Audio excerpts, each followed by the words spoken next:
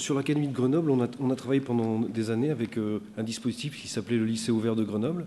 Et en fait, il s'adressait aux sportifs de haut niveau qui n'avaient pas une scolarité normale, au sens où ils étaient absents un certain nombre de fois dans l'année, notamment les skieurs. Alors eux, c'est plus des absences, ils étaient jamais là, puisque tout l'hiver, ils sont dans les stations de ski, et ils skient beaucoup, et ils travaillent peu. Donc lorsque, dans le début des années 2000, on a vu apparaître l'Internet et les portables, on s'est dit qu'on pouvait mettre en place un dispositif, et on a travaillé dans cette direction, à produire des ressources et à produire un dispositif qui permette à ces élèves d'avoir une continuité scolaire. Et puis quand on a vu tout le travail qu'on a fourni, on s'est dit c'est dommage de ne pas faire profiter ce travail-là à d'autres élèves qui n'étaient pas en situation hors classe, mais qui étaient avec des enseignants au quotidien.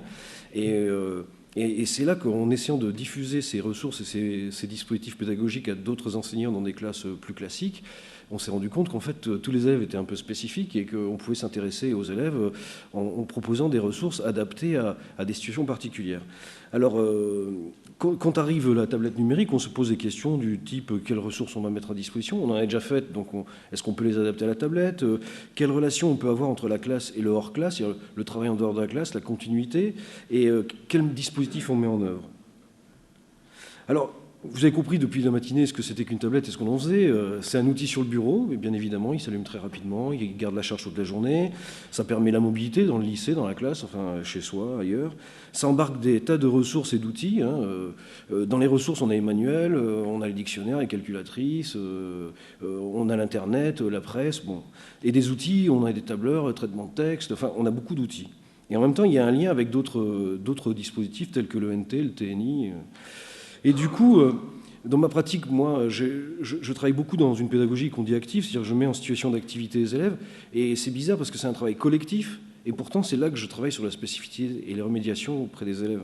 Par exemple, quand je crée des activités de type groupe et d'échange, la coopération va me permettre d'observer un certain nombre de choses, parce que je fais une évaluation en cours de formation et je vois les maîtrises, les difficultés, les incompréhensions, ce qui peut permettre à ce moment-là de proposer les ressources qu'on avait produites justement dans le log à des moments en se disant tiens, là il y a une procédure qui peut être utile à tel élève, il n'a pas compris telle notion, il n'a pas compris tel savoir-faire, et je peux proposer, alors là c'est sur le NT, je dis à l'élève tu peux aller voir sur le NT, calculer un taux d'intérêt, revoir ce que c'est que telle notion, travailler sur des sujets de bac, et du coup la remédiation, elle est plus facile que quand j'ai 35 élèves à qui je donne la même tâche et je dois évaluer ensuite pour voir. Parce que dans l'activité, je peux observer progressivement ce qui se passe, les difficultés, les demandes des élèves. Et du coup, je peux arriver à personnaliser l'apprentissage. Alors, une tablette, pour quoi faire ? À mon avis, systématiquement, quand on travaille dans l'idée d'activité dans la classe, il faut qu'il y ait un problème, il faut qu'il y ait une question. Parce que l'élève, pourquoi il se mettrait au travail s'il n'y avait pas de question et de problème? Et si possible, le problème, il faut qu'il lui parle à lui avant qu'il me parle à moi et au programme de l'éducation nationale. Une fois qu'on a un problème, on se met à travailler ce qu'on sait tous faire quand on est enseignant. On donne à l'élève de l'information, on lui demande d'aller la chercher, on lui demande de traiter cette information, on lui demande de communiquer des informations.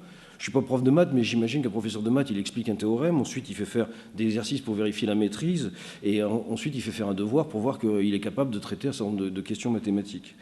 Mais ça, ces tâches-là, à mon avis, n'ont de sens que si on demande à l'élève à produire un contenu et réaliser une production, cette production ayant un sens socialement parlant, un peu comme le journal Freinet, dans la pédagogie Freinet. C'est-à-dire qu'on demande aux élèves de produire quelque chose qu'on va exposer, qu'on va montrer, qui est une vraie production, qui a un vrai sens.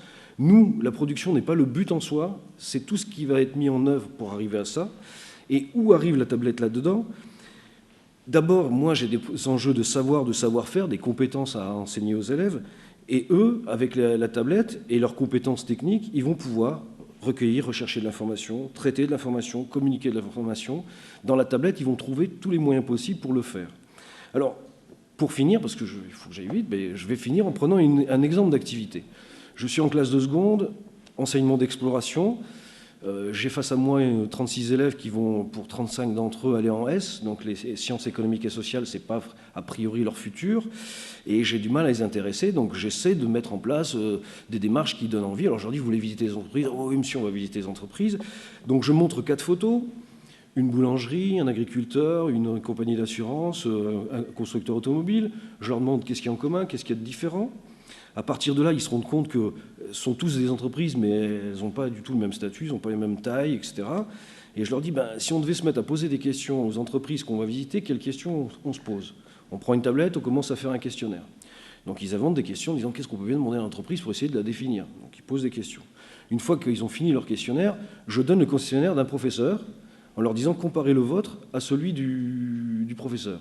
Donc ils trouvent des questions en commun, ils trouvent que des questions qu'ils n'avaient pas vues. Alors parfois ils me disent mais c'est normal parce que l'entreprise que j'ai l'intention de visiter, la question n'a pas de sens. Parfois, ils trouvent des questions du professeur qu'ils ne comprennent pas. Alors, ils viennent me voir en disant « Monsieur, c'est quoi ça, le statut juridique d'une entreprise ?» Là, apport de connaissances, j'arrête tout le monde, j'ai alors statut juridique, il y a différents types de statuts. C'est assez amusant quand ils viennent poser la question et que moi je réponds, ils m'écoutent. Si je leur avais dit « Je vais vous expliquer ce que c'est que le statut juridique », je n'étais pas sûr d'avoir une écoute. Donc, à partir du moment où on a expliqué ça, on écrit une lettre aux entreprises qu'on va visiter. Chaque groupe de 4 élèves qui a travaillé sur son projet prévoit de visiter une entreprise. Ils ont préparé un questionnaire, ils envoient un courrier à cette entreprise. L'entreprise accepte. Les élèves visitent les entreprises pendant les vacances scolaires. J'envoie un courrier aux parents pour qu'ils accompagnent de 3 à 4 élèves visiter l'entreprise. Ils reviennent de la visite d'entreprise après les vacances. Ils ont fait des photos, ils ont les réponses des questionnaires. Ils font avec Keynote, parce que j'utilise les iPads, ils font avec Keynote un diaporama de 3-4 diapos pour présenter l'entreprise en question. Et pendant une période, chaque début de cours, il y a 1 ou 2 groupes qui présentent l'entreprise qu'ils ont visitée. Et ensuite, il y a une grille d'auto-évaluation. On a créé ensemble une grille en disant qu'est-ce que c'est qu'un bon exposé oral, qu'est-ce que c'est qu'un bon diaporama, et on juge chacune des productions. C'est-à-dire que non seulement j'arrive à voir un certain nombre de difficultés chez certains d'entre eux, mais eux-mêmes sont capables de dire telle présentation n'avait pas d'intérêt, les diapos, ils nous racontaient ce qu'il y avait dans la diapo. Souvent on fait ça, c'est pas bien, mais il ne faut pas raconter ce qu'il y a dans les diapos parce que la diapo c'est un support visuel sur le discours et le discours il est libre lui. Donc les élèves se rendent compte de ça. Et si vous voulez, dans le travail qui est fait, on met une activité en place qui a du sens pour eux. En plus, on met ça sur l'ENT, donc tous les autres collègues des autres classes vont regarder les diaporamas des entreprises en disant « c'est vous qui avez fait ça ». Au début, mes élèves se vantaient d'avoir des iPads. Après, ils se vantaient de l'activité qu'ils avaient faite parce que ça les valorisait auprès de leurs camarades du lycée. Et on arrive à repérer un certain nombre de demandes, on arrive à donner du sens à leurs apprentissages. Et la tablette, vous me direz là-dedans, parce que j'en ai pas beaucoup parlé, parce que je m'en fous. Enfin, la tablette est un outil. Je m'en sers, elle me rend des tas de services, mais en réalité... c'est pas mon problème. D'ailleurs, il y a des choses que je ne sais pas faire sur la tablette que mes élèves savent faire et ça ne me pose non plus aucun problème. L'objectif, c'est que moi, je puisse les accompagner dans un apprentissage.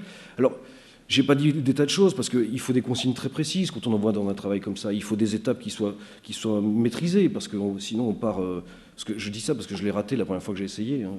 Je suis parti dans le temps, j'arrive à maîtriser plus mes séquences. Enfin, il a fallu que je m'y reprenne plusieurs fois pour arriver à bien cadrer mon activité.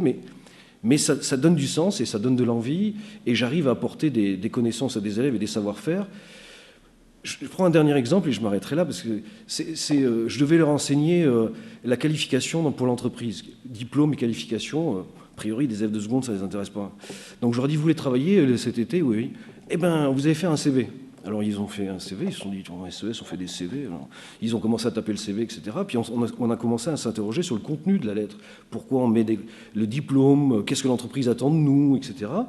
Et puis en discutant, il y en a qui ont dit « mais les diplômes, ça ne sert à rien, on est au chômage avec les diplômes ». Alors on a pris des statistiques, on allait vérifier que le diplôme permettait d'obtenir un emploi et que le taux de chômage des diplômés était nettement plus faible que les autres. Vous voyez, on est dans une démarche où la tablette permet d'aller chercher de l'information, d'aller comparer des choses, d'aller chercher des statistiques sur le chômage. J'ai constaté que la prénotion que j'avais, qui était de dire que le diplôme ne servait à rien, ce n'était pas vrai. Et l'élève, lui, il se dit, tiens, j'ai fait un CV pour travailler cet été, j'ai mon courrier, je peux l'envoyer à une entreprise, c'est un vrai CV, et moi, j'ai fait qualification, diplôme et emploi, j'ai fait mon boulot, j'ai respecté le programme de l'éducation nationale, les tablettes m'ont permis d'avoir de la liberté dans l'activité, et voilà, pour ça, ça me paraît intéressant. Alors, tablette ou netbook, ou ce que vous voulez, pourvu qu'on me donne un outil qui me permette... un peu comme un couteau suisse, de pouvoir taper un texte, d'aller chercher une information, prendre un dictionnaire, d'avoir un manuel pour aller chercher une notion, et puis surtout un professeur qui est un peu le chef d'orchestre, qui met en œuvre tout ça, parce qu'il faut être à disposition de l'élève, il faut être capable de répondre à des questions inattendues, enfin, il faut être là, quoi. Hein. Vous donnez une tablette à un élève, il n'apprendra pas tout seul.